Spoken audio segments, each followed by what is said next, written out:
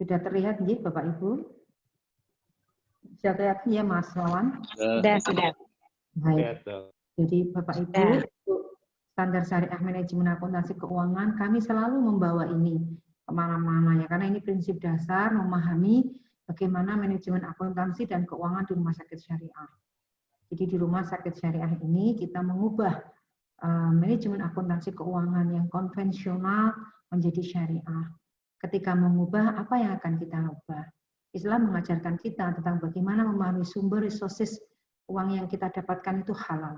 Halal dari mananya? Bukan halal pada uangnya saja, tetapi halal dari zatnya.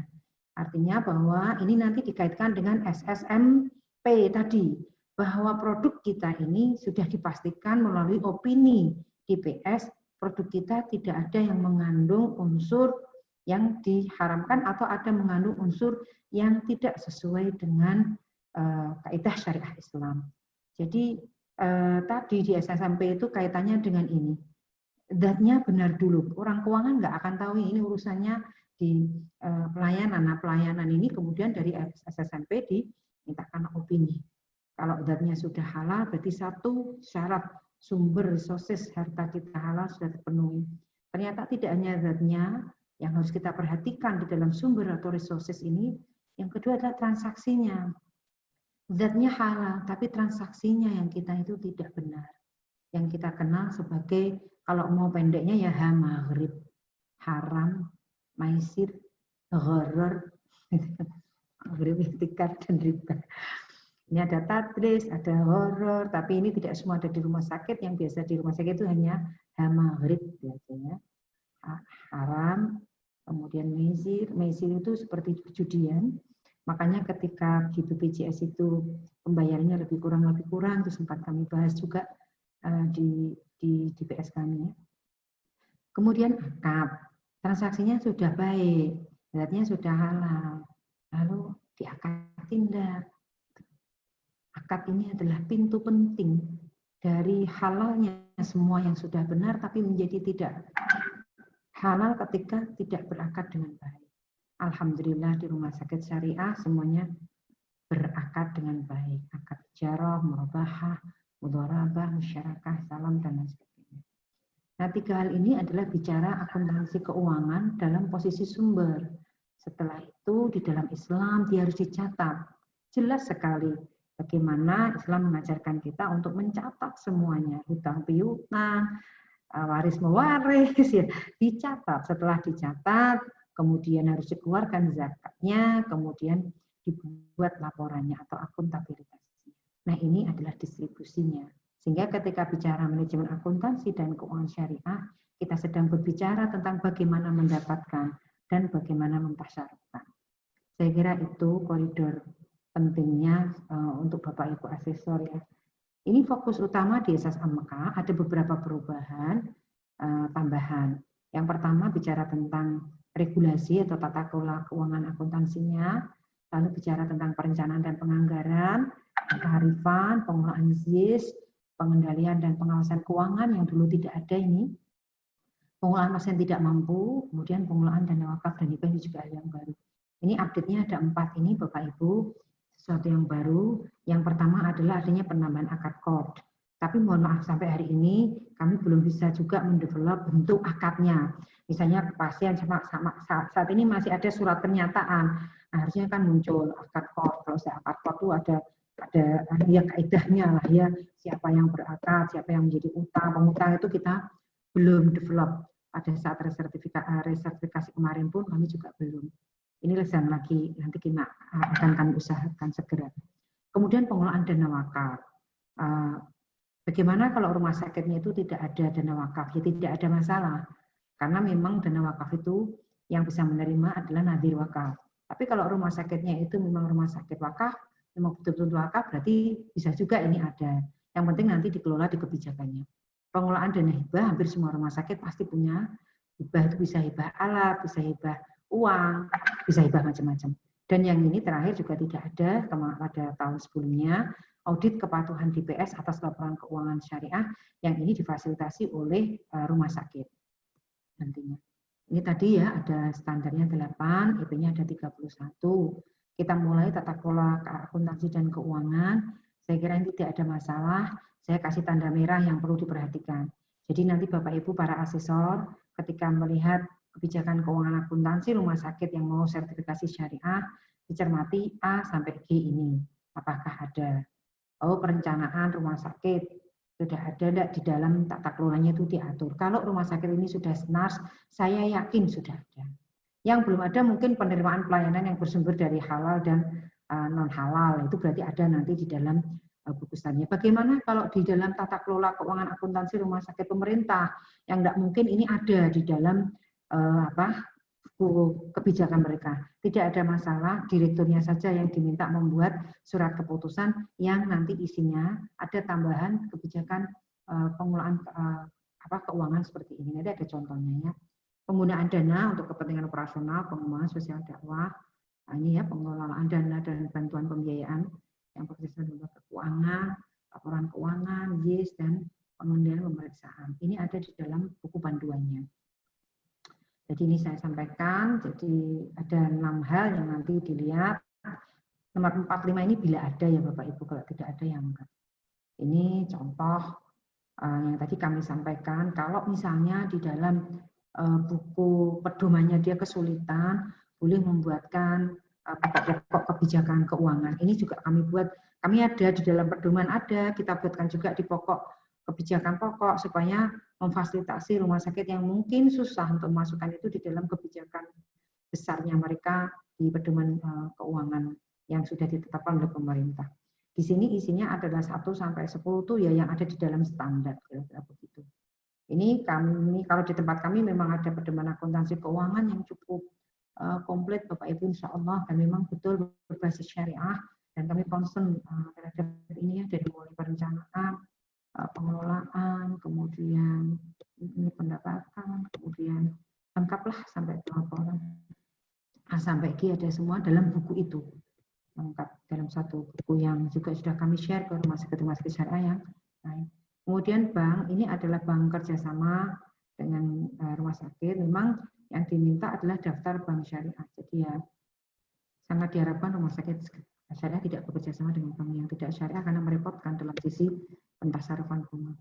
Ini opini syariah tentang biaya asuransi dan akad murabah ini saya sampaikan. Jadi tadi yang kami sampaikan kalau kita punya pinjaman kepada bank, ini kebetulan kami sudah tidak punya, ini sudah tidak ada pinjaman, tapi waktu itu dari DBS melihat, dari asesor melihat di pemilik itu ada, bukan di rumah sakit tapi di pemilik. Jadi ini opini yang untuk yang di tempatnya pemilik tentang asuransi waktu itu ya.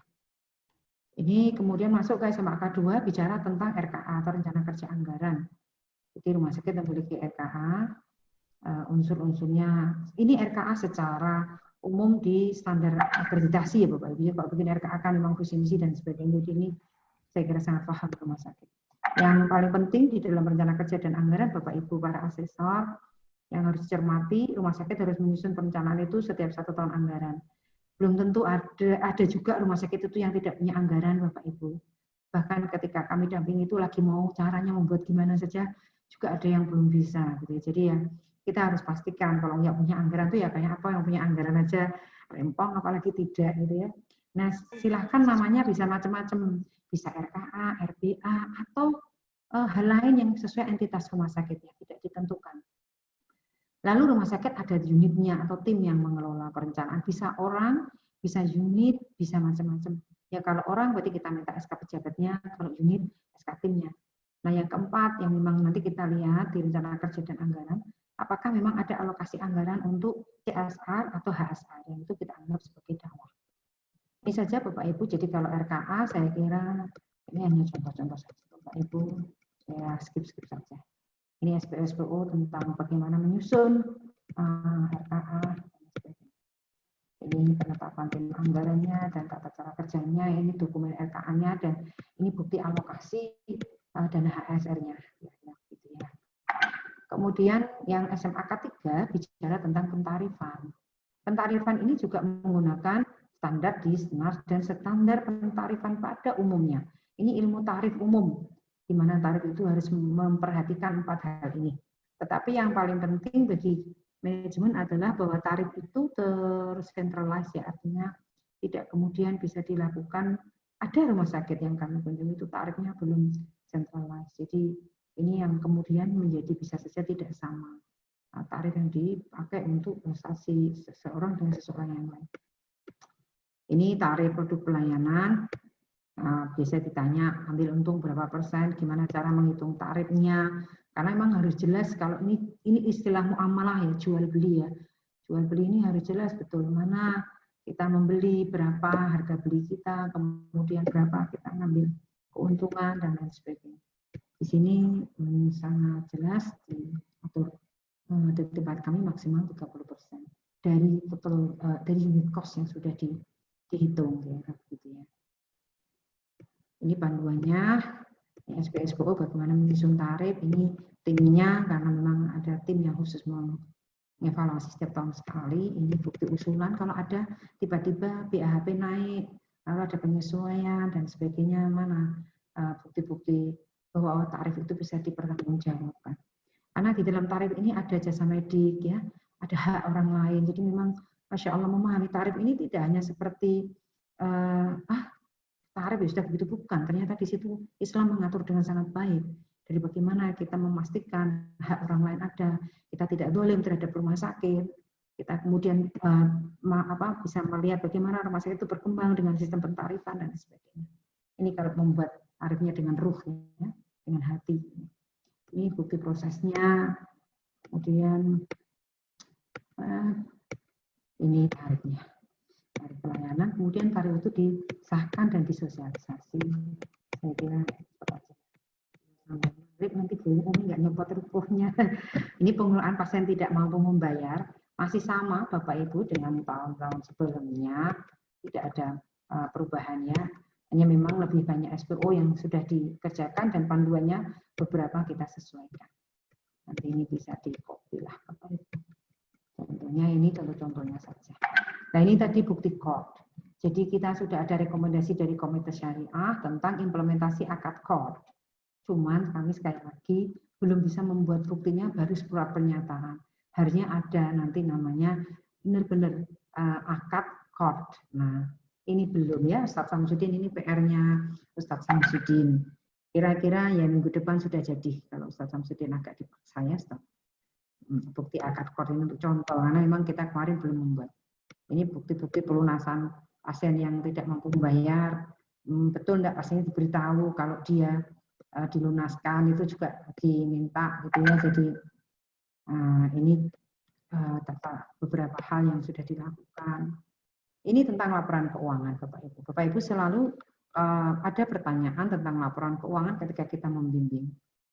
Sampai hari ini belum ada standar atau acuan untuk laporan keuangan di rumah sakit syariah. Di dalam standar ini diatur memang menggunakan yang ditetapkan oleh IAI. Sementara IAI sendiri belum ada yang ditetapkan secara umum untuk rumah sakit syariah.